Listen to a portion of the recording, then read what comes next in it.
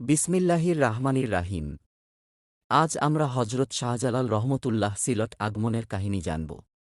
হযরত শাহজালাল রহমতুল্লাহ যখন সিলেটে আসেন, তখন এখানে গৌরগোবিন্দ নামক এক রাজার রাজত্ব ছিল।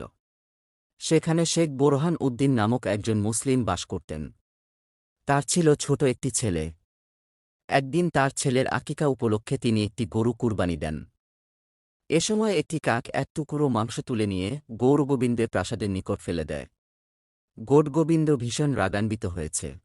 তিনি বোরহান উদ্দিনকে ডেকে নিয়ে তার হাতের কবজি কেটে দিলেন এবং তার নিষ্পাপ শিশুকে জবাই করে হত্যা করলেন। এতে বোরহান উদ্দিন নিরুপায় হয়ে পড়লেন। তার মনে প্রতিশোধের আগুন জ্বলতে থাকে। একদিন বোরহান উদ্দিন গোপনে শহর ছেড়ে দিল্লির সুলতান আলাউদ্দিন ইবনে মাহমুদ শাহের দরবারে গিয়ে হাজির হলেন। তিনি সুলতানের কাছে তার উপর ঘটে যাওয়া অত্যাচারের কাহিনী বর্ণনা করলেন। এই ঘটনাক্রমে হযরত শাহজালাল রহমতুল্লাহ এর কানে আসে। তখন হযরত শাহজালাল রহমতুল্লাহ দিল্লিতে ছিলেন। তার কথা শুনে বললেন, আমি এসেছি সকল অপশক্তি ধ্বংস করে ইসলামকে প্রতিষ্ঠা করার জন্য। হযরত শাহজালাল রহমতুল্লাহ ৩৬০ জন সঙ্গী নিয়ে সিলেটের উদ্দেশ্যে রওয়ানা হলেন। এরপর সুরমা নদীর তীরে পৌঁছে দেখলেন এখানে কোনো নৌকা নেই। তাই তিনি সাথীদের সাথে নিয়ে জায়নামাজ বিছিয়ে সুরমা নদী পাড়ি দেন।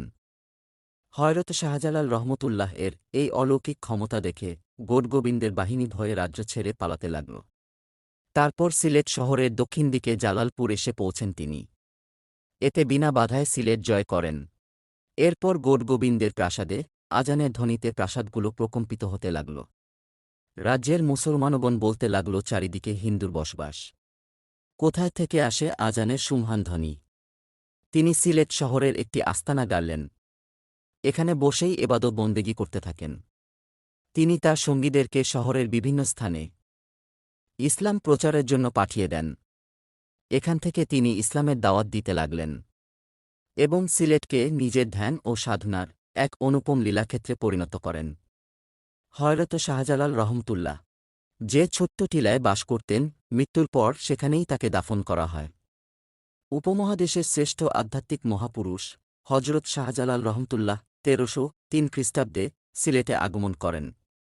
তিনি ১৩৪০ খ্রিস্টাব্দে ৬৯ বছর বয়সে ইন্তেকাল করেন। ইসলামী ভিডিও পেতে আমাদের চ্যানেলটি সাবস্ক্রাইব করে সঙ্গে থাকুন।